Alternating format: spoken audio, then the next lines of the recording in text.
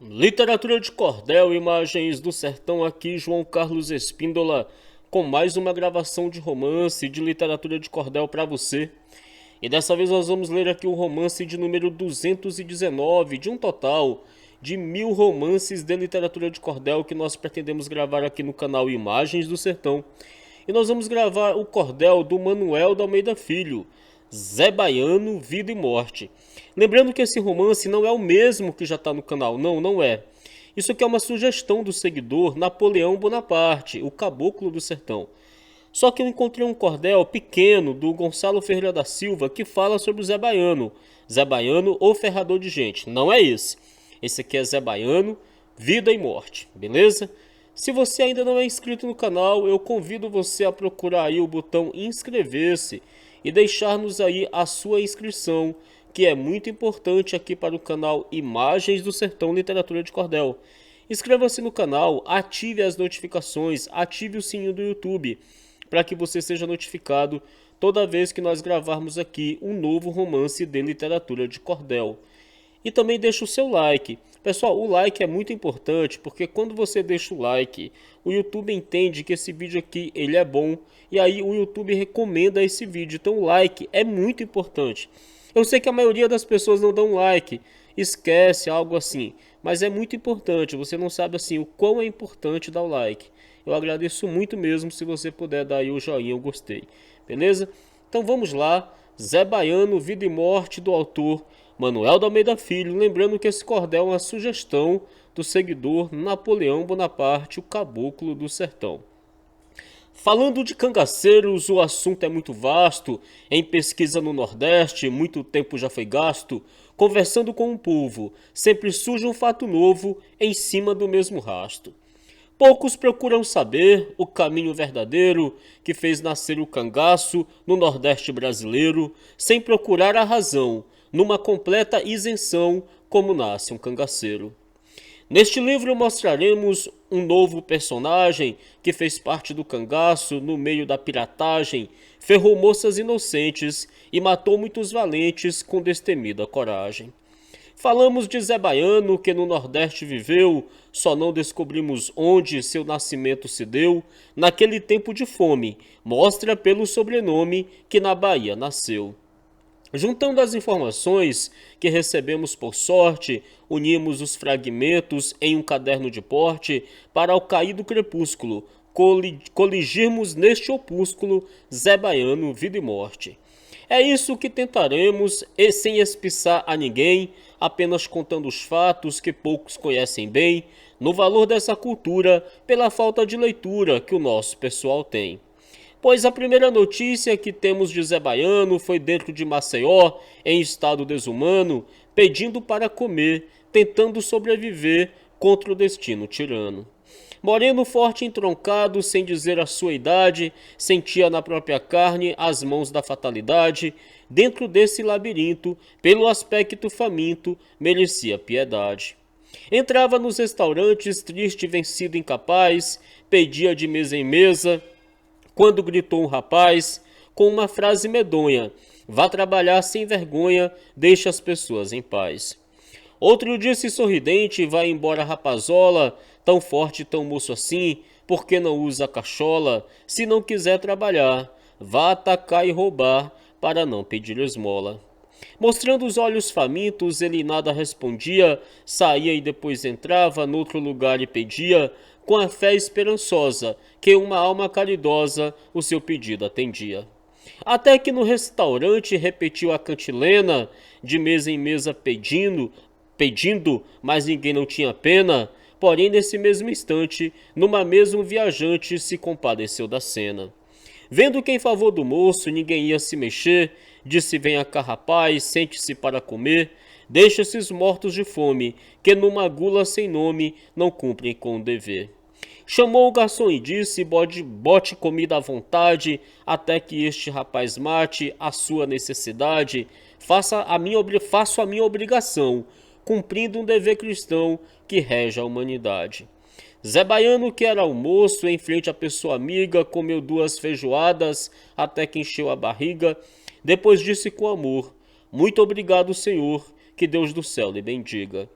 Perguntou o viajante quando pagou o almoço: você fuma, meu rapaz? Ele, com um gesto insosso, sem entender mesmo assim, depressa disse que sim, ainda fitando o osso. No momento, o viajante, para que o rapaz fumasse, deu-lhe os cigarros e fósforos, sem que o pessoal notasse, completou os seus papéis, deu-lhe mais 20.000 réis para que à noite jantasse. Zé Baiano levantou-se e disse com sensatez: amigo, muito obrigado por tudo quanto me fez, porém, quando trabalhar, posso encontrá-lo e pagar toda a conta de uma vez. Olhe bem minha pessoa para nunca se enganar, que espero a qualquer momento poder lhe recompensar. Pelo bem que me foi feito, não morrerei satisfeito se morrer sem lhe pagar. Porém nisso o viajante disse: não, meu camarada, não me fale em pagamento, porque não me deve nada, ajude quando puder, uma pessoa qualquer que tiver necessitada.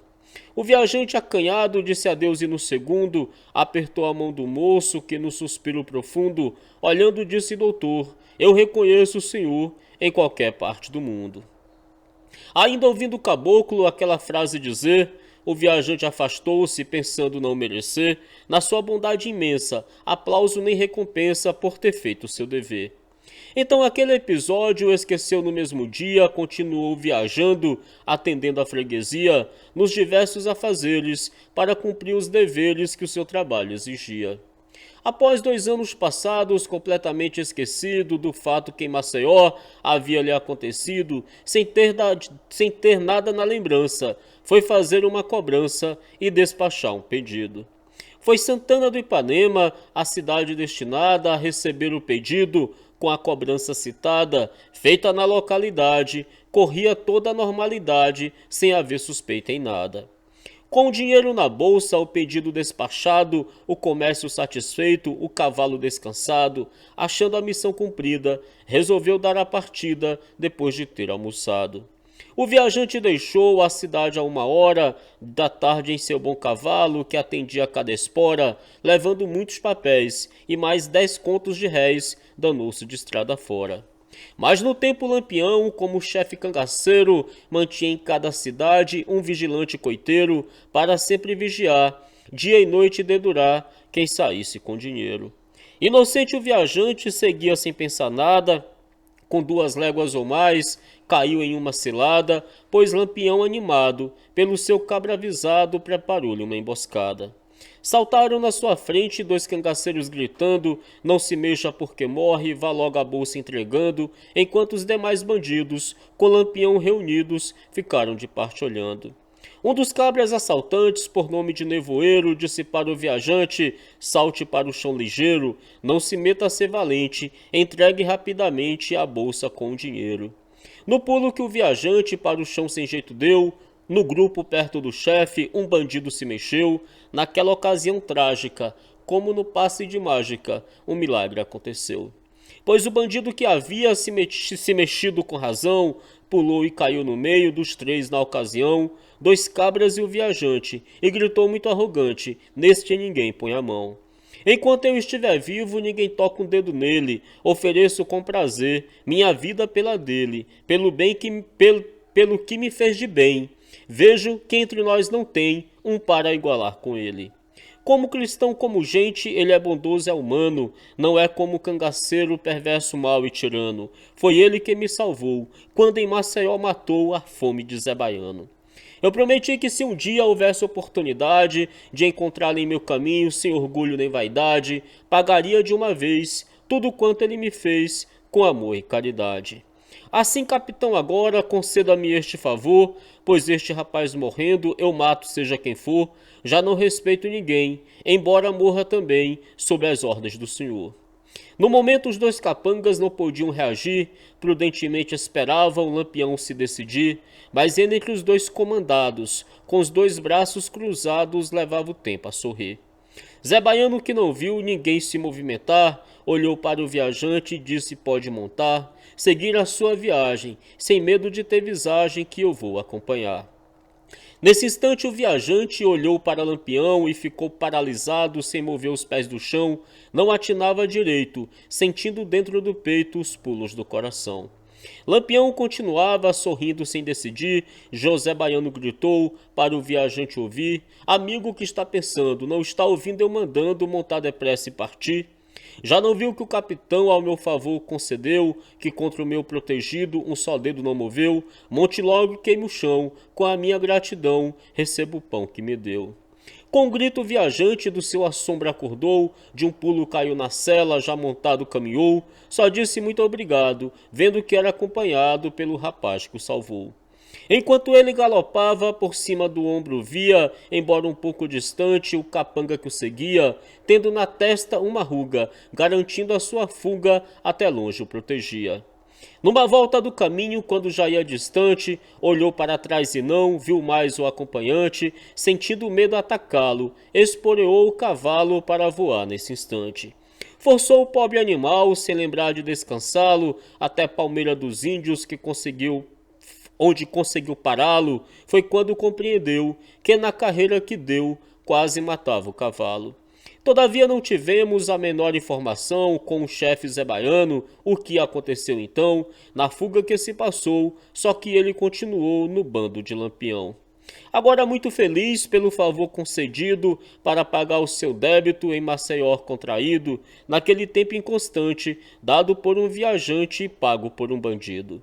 Em virtude do favor, agora o José Baiano ficou para Lampião, um amigo a todo pano, fazia em qualquer modelo, só para satisfazê-lo o ato mais desumano. Quando apareceu o uso de mulher cortar cabelo, Lampião ficou danado, achou ser um desmantelo, vê antes do fim da era, a vinda da besta fera na mulher como modelo. Qualquer mulher que avistava com o cabelo cortado achava constituir um crime premeditado pelo maldito inimigo, por isso fez um castigo para punir o pecado. Mulher do cabelo curto chamava a mulher ripada, égua de muitos cavalos no campo desenfreada, para mostrar que ela era, igualmente a besta fera teria que ser ferrada. José Baiano não pôde, no caso, ficar omisso, mandou preparar um ferro no ato do compromisso, com duas iniciais, JB as principais, para fazer o serviço.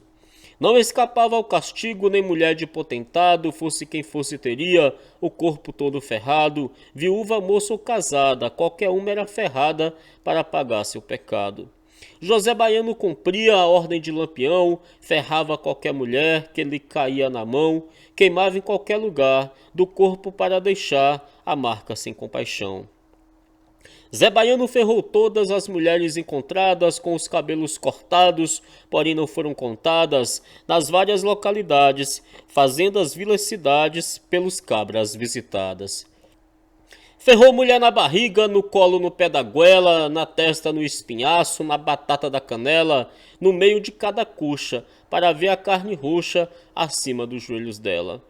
Certa feita pegou uma, mandou-a tirar a roupa, já levando ferro em brasa, vendo nua disse opa, embarcou numa esteira e ferrou-a na traseira, uma vez em cada popa.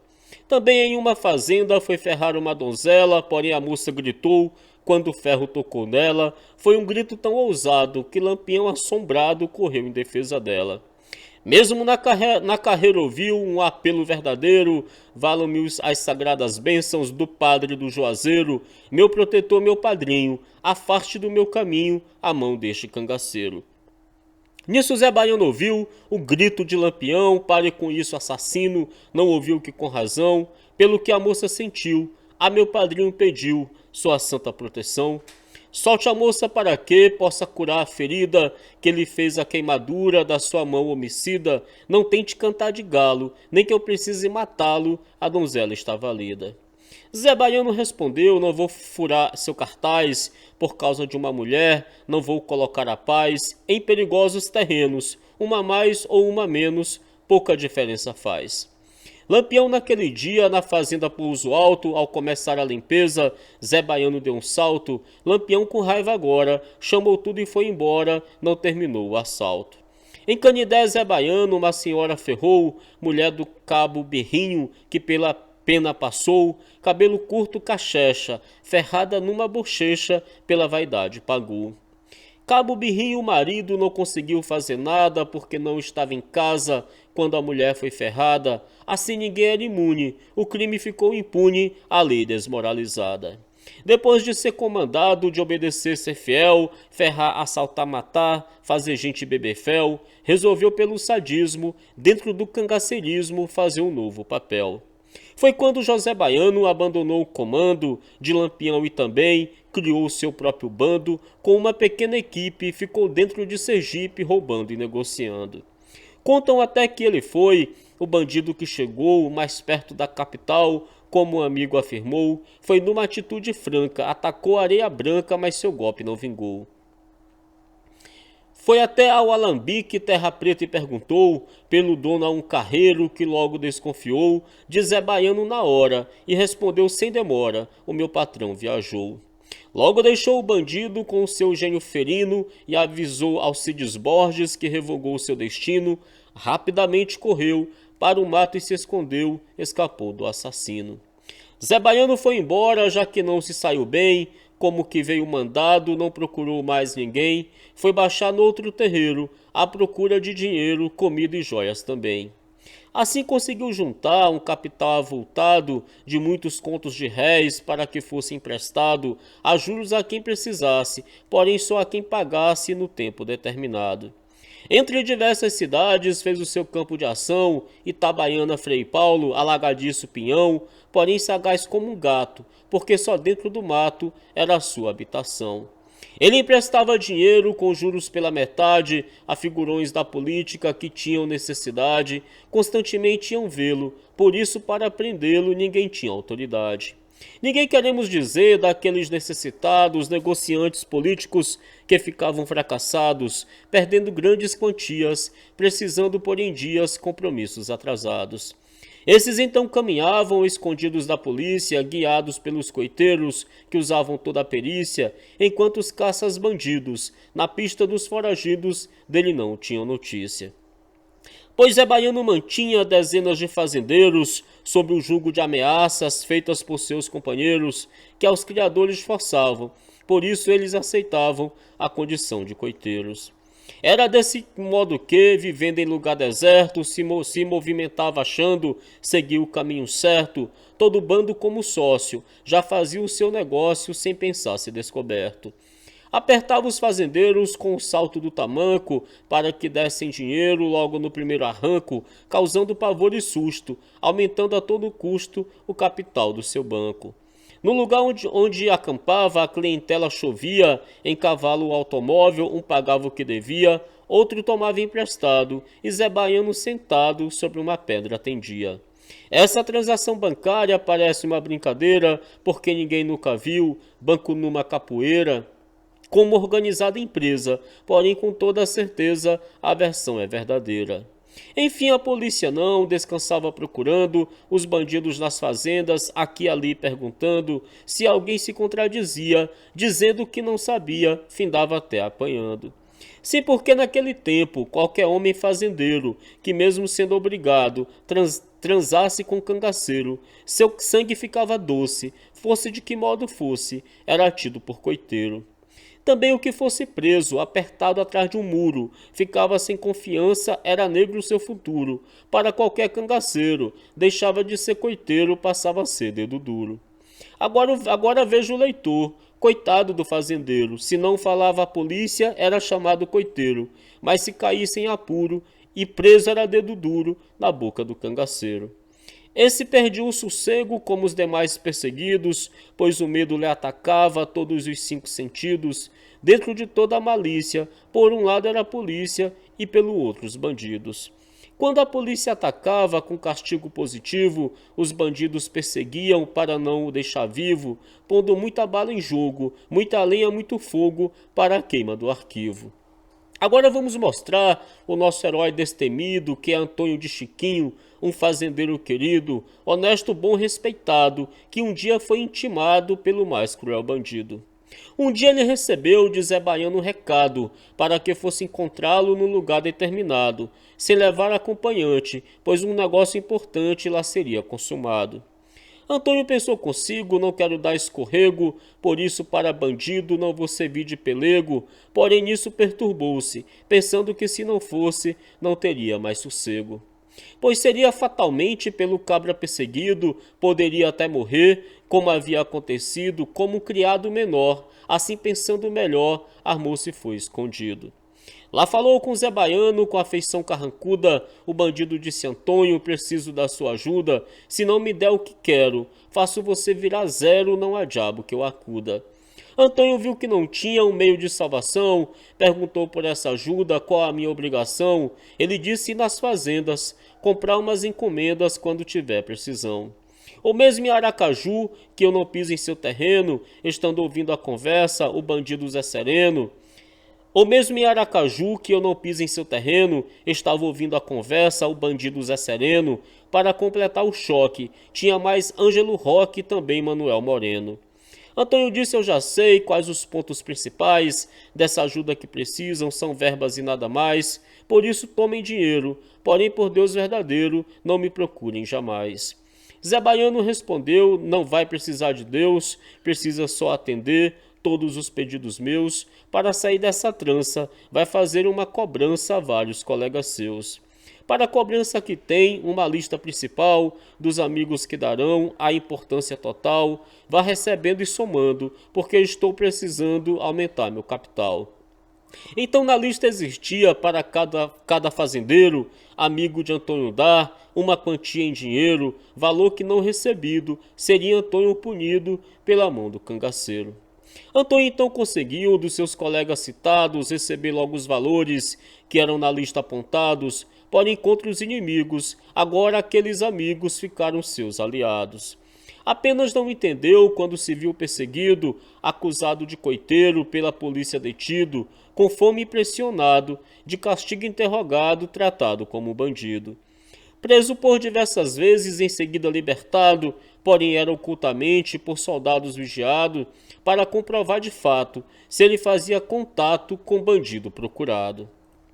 Também com os seus colegas isto mesmo acontecia. À procura de uma pista, a polícia perseguia os que eram perseguidos pelos perversos bandidos que atacavam qualquer dia.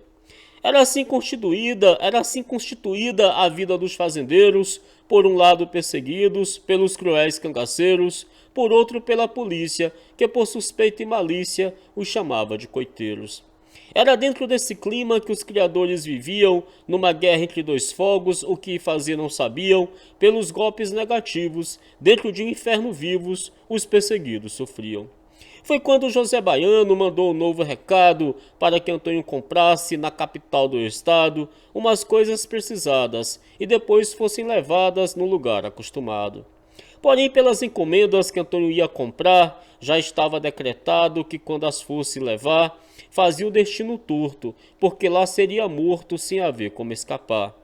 Mas como por um milagre Antônio desconfiou das intenções do capanga e logo se preparou contra os cruéis cangaceiros, juntou 5 companheiros e um grupo forte formou. Então explicou a todos o perigo que corriam nas mãos dos bandidos que, sem pena, os liquidariam. Tinham pelo seu porvir 2 caminhos a seguir, se não matassem morriam. Depois de tudo acertado, com as questões resolvidas, Antônio foi e comprou as encomendas pedidas, que logo foram levadas e responsabilizadas pela sorte de 10 vidas. Iam no grupo de Antônio, Pedro Guedes e Dedé, Toinho, Pedro de Nica, cada um com muita fé, para completar por fim o 6 ia Biridim, bom de murro e pontapé.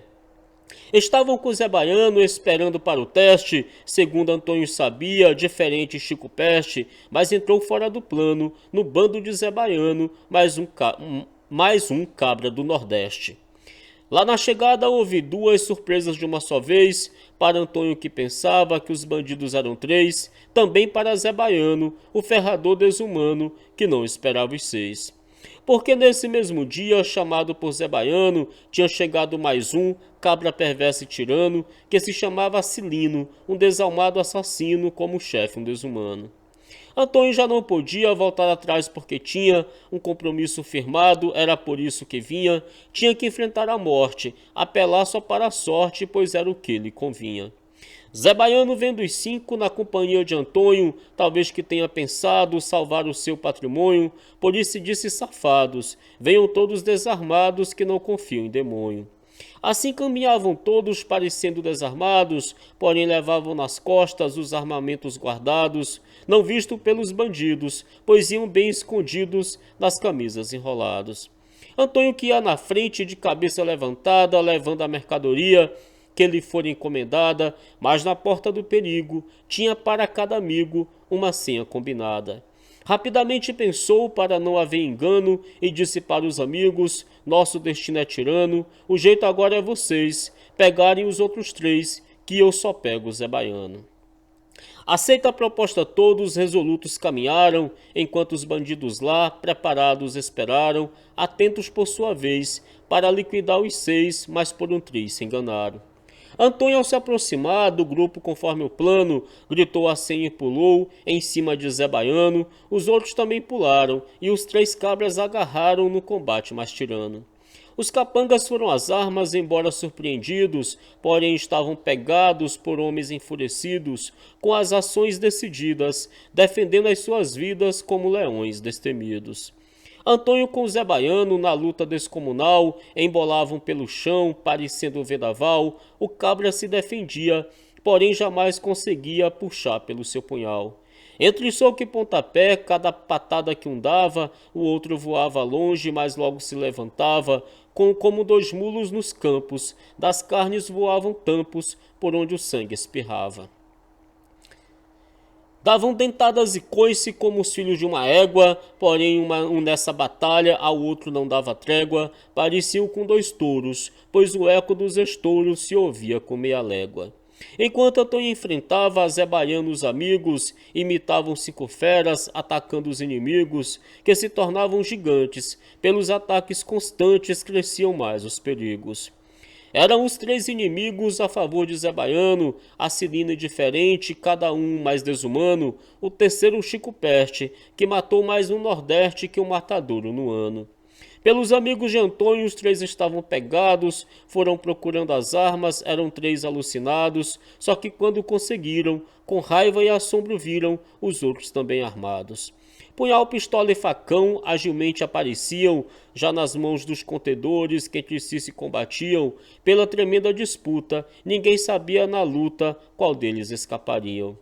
Só Antônio e Zé Baiano pelas armas não puxaram, porque nas primeiras quedas as suas longe voaram. No grande combate mudo, corpo a corpo vale tudo, como leões se enfrentaram. Os cinco amigos de Antônio, aos bandidos agarrados, livraram-se dos punhais e dos tiros disparados. Todos só pediam sorte, lutando de encontro à morte que surgia dos dois lados.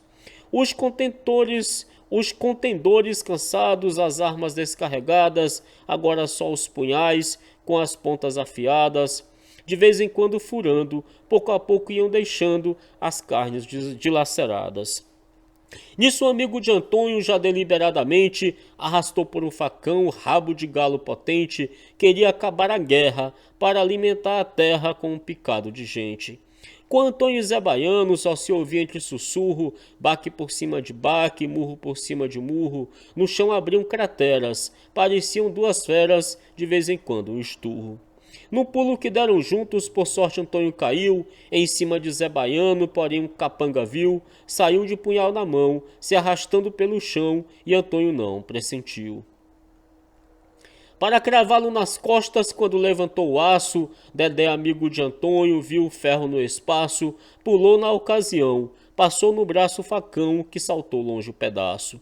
Para acabar o bandido, deu-lhe outro golpe colosso, bem no meio da cabeça, que não achou duro osso, como corisca em ação, foi parar no coração, passando pelo pescoço. Com esse morto duelo, agora foi terminado, do bando de Zé Baiano, totalmente machucado, só ele ainda vivia, porém por tudo pedia para não ser liquidado. Prometendo que ia embora para nunca mais voltar, sem perseguir os amigos, nem tampouco se vingar. Porém aquela promessa, feita assim com tanta pressa, ninguém ia acreditar. Por isso lhe respondeu sua ideia ilusória: se você ficasse vivo, findava a nossa vitória. Não escapava nenhum, você não deixava um para contar a história. Por isso morra bandido, parta logo sem demora, leve carta a Satanás para não passar da hora.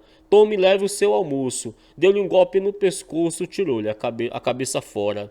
Agora os capangas mortos com os corpos mutilados, Antônio com os amigos só ficaram machucados, com pequenos arranhões, leves escoriações pelos baques consumados.